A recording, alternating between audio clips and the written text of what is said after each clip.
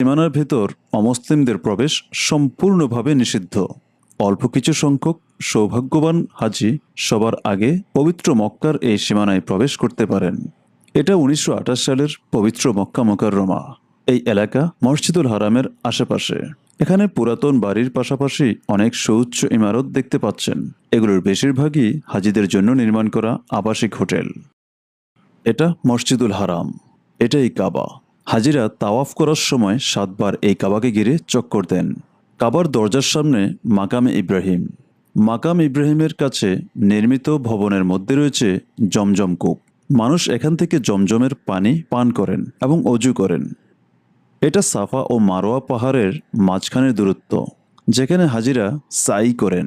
সাফা পাহাড় থেকে মারোয়া পাহাড়ে গেলে একবার, আবার মারোয়া পাহাড় থেকে সাফা পাহাড়ে আসলে একবার।